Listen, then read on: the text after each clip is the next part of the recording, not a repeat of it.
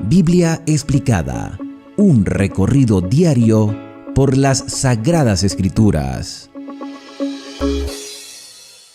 Hoy en nuestro recorrido explicativo por las Sagradas Escrituras hemos llegado al capítulo 14 del segundo libro de los Reyes y aquí vamos a ver dos nuevos reyes en la lista, tanto del reino de Judá como en el reino de Israel. El capítulo empieza diciendo que en el segundo año de Joás, hijo de Joacás, rey de Israel, Joacás, rey de Israel, tenía un hijo que se llamaba Joás, igualmente había un Joás en Judá, y esto lo dijimos en el video anterior.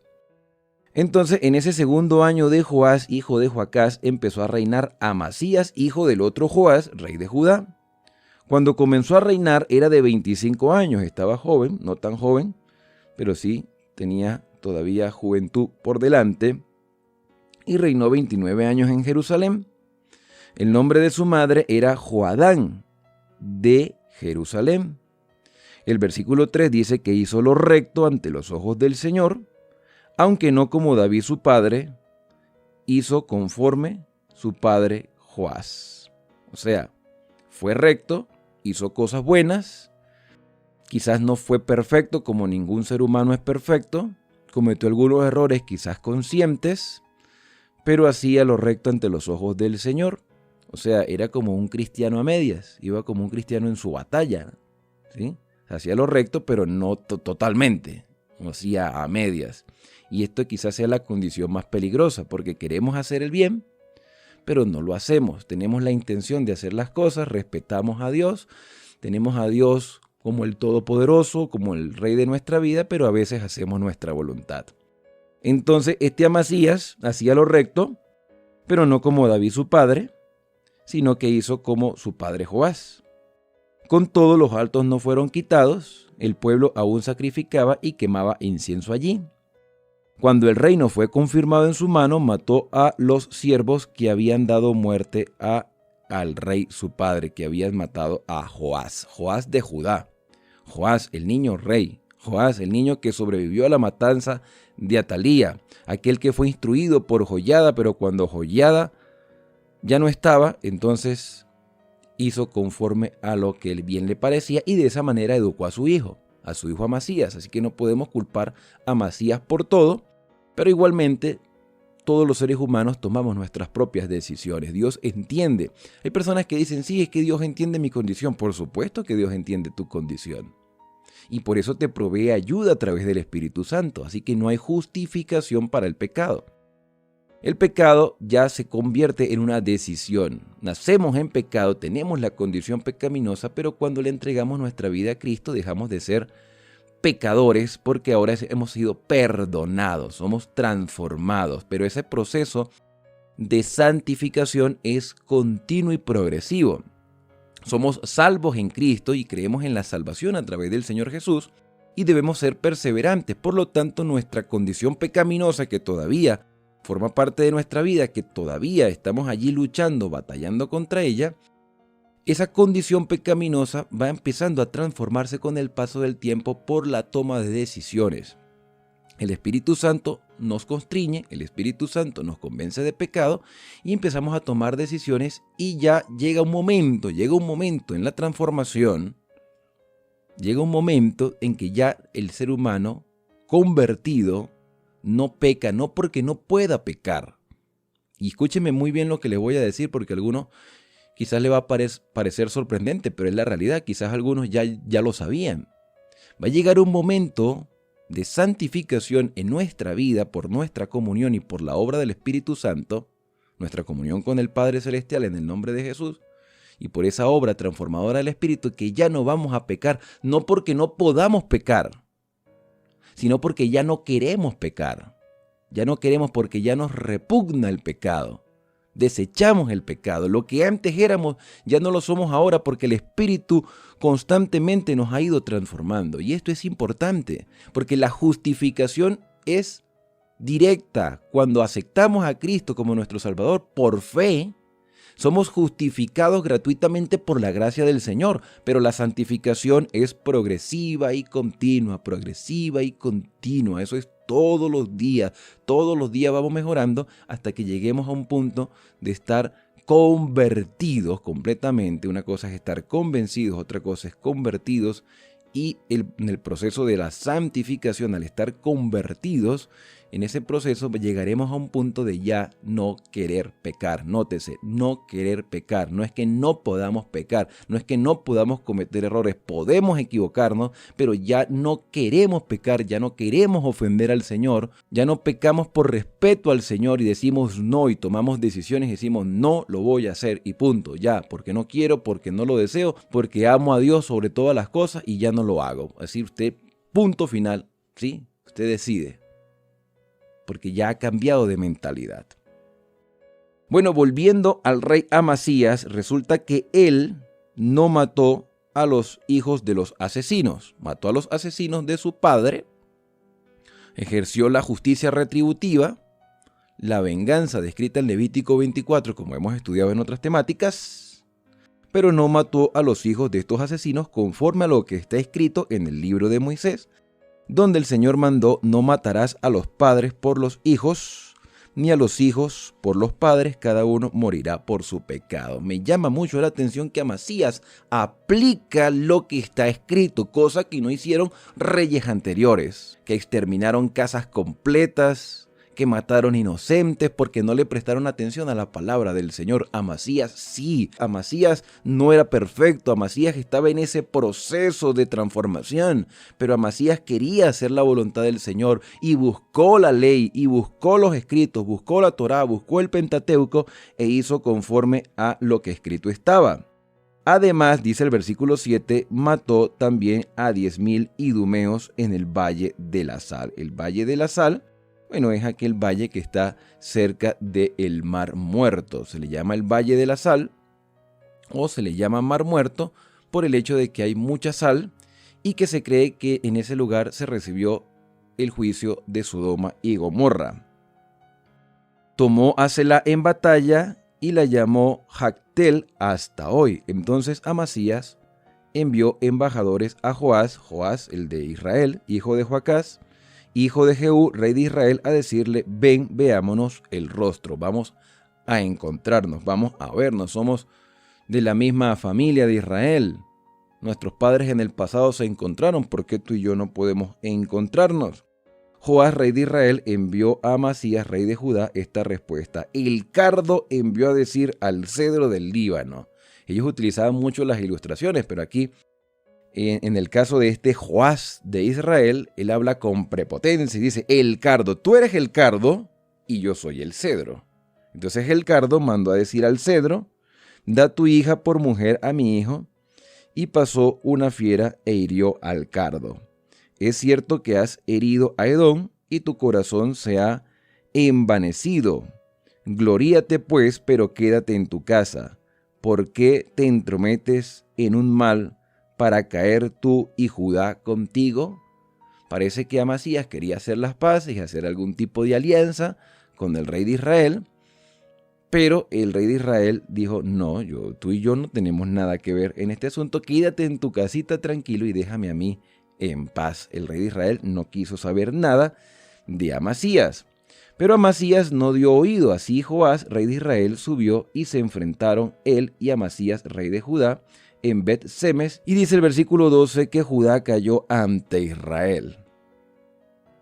Él quiso salir entonces a pelear contra el rey de Israel y cayó derrotado. Se sintió ofendido, claro que sí, se sintió ofendido por las palabras del rey, y entonces fue a enfrentarse y huyeron cada uno a su estancia. Además, Joás, rey de Israel, apresó a Amasías, rey de Judá.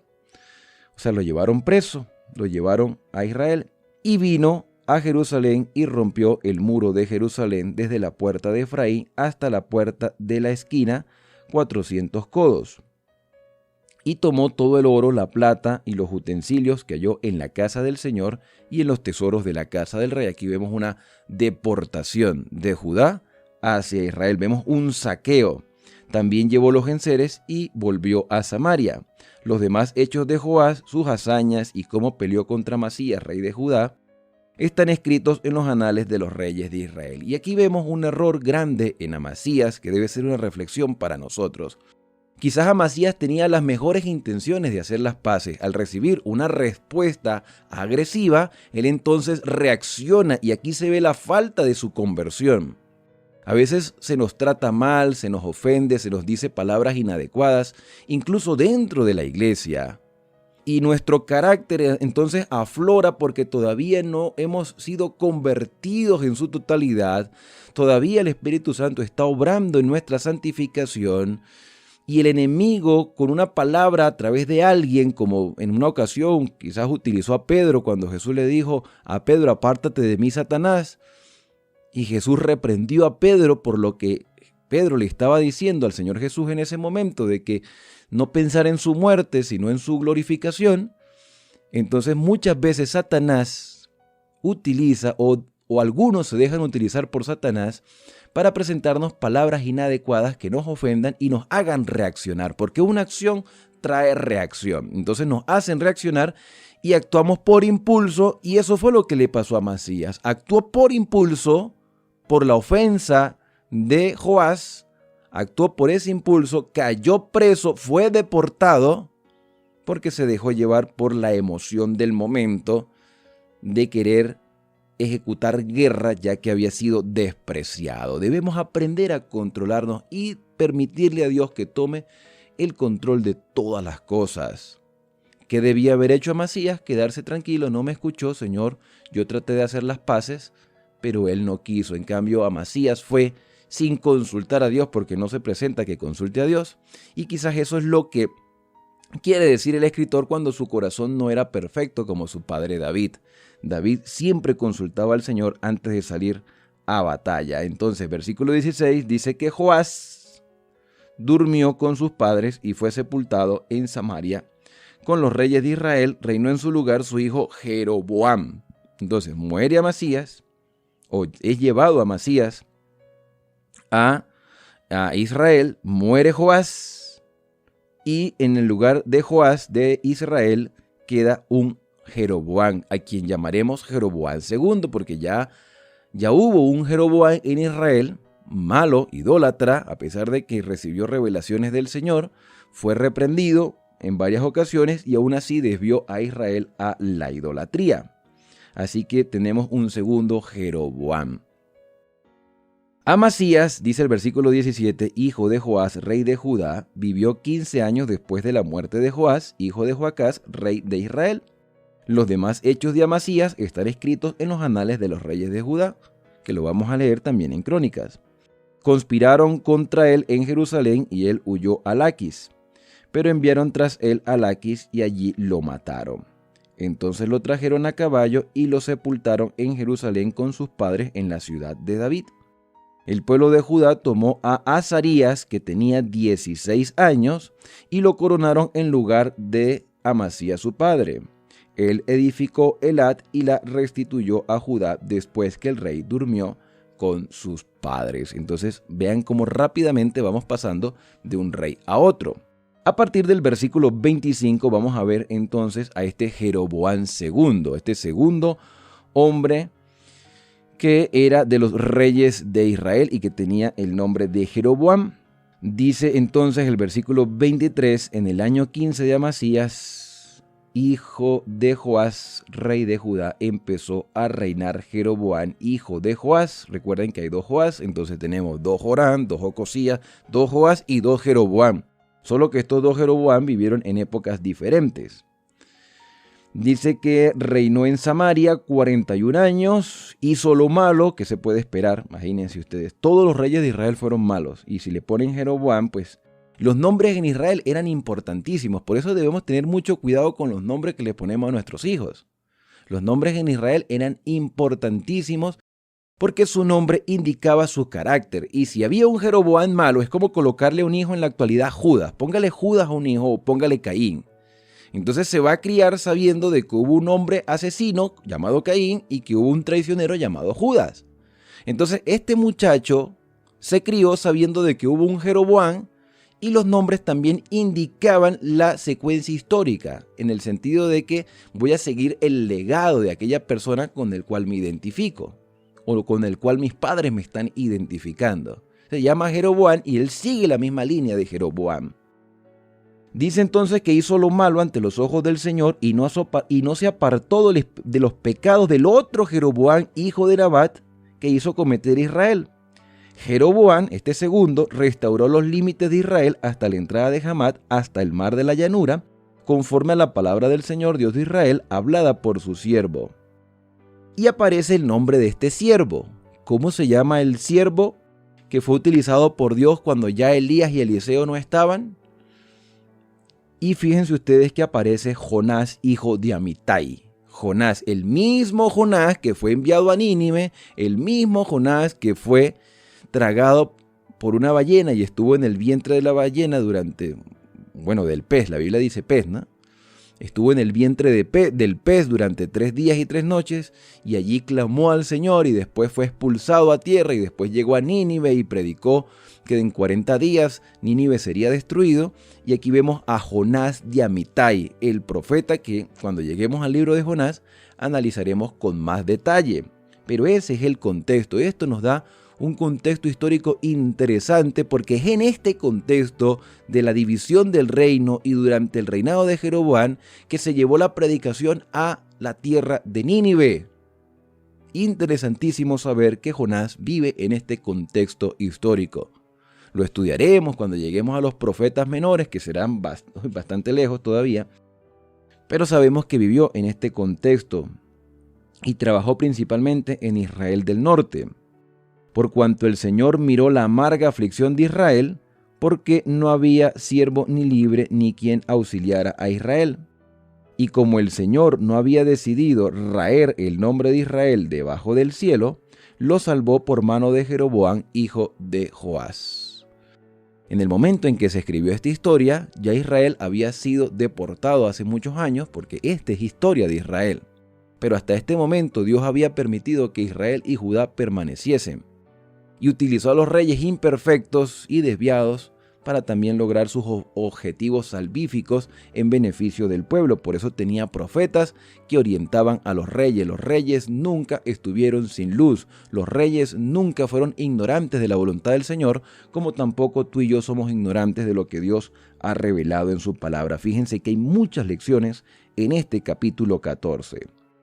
Los demás hechos de Jeroboam, dice el versículo 28, todo lo que hizo, su valentía, sus guerras y cómo restituyó para Israel a Damasco y a Hamat, que habían pertenecido a Judá, están escritos en los anales de los reyes de Israel. Se recuperaron tierras en este periodo del reinado de Jeroboam II y durmió Jeroboam con sus padres, los reyes de Israel. En su lugar reinó su hijo Zacarías. Entonces aquí viene la sucesión continua de los reyes. Muchas lecciones de confianza en el Señor, como siempre, pero también lecciones de conversión total. Necesitamos estar convencidos y convertidos. En el proceso de la santificación llegaremos a un punto en que ya no queremos ofender al Señor con nuestros pecados. Debemos aprender a tomar decisiones acertadas movidos por el Espíritu Santo.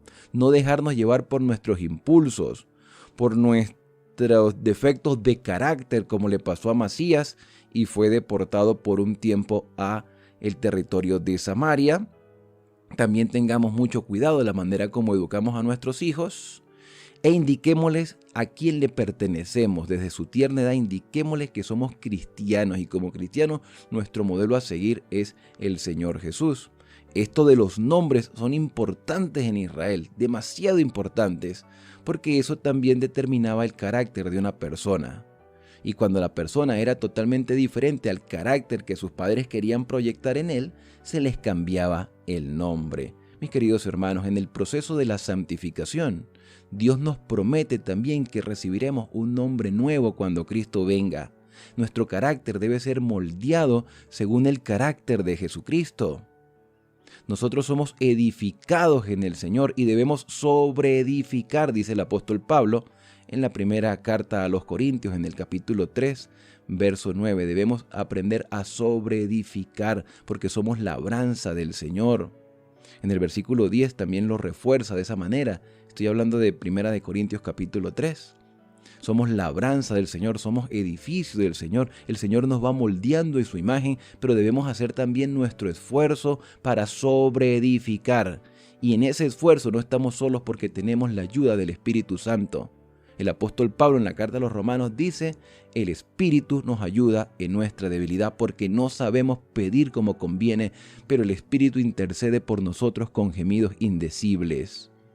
La historia de los reyes de Israel no necesariamente tiene que ser nuestra historia, pero a través de estas lecciones podemos nosotros estar advertidos del camino que debemos tomar, del que debemos evitar y el que debemos seguir.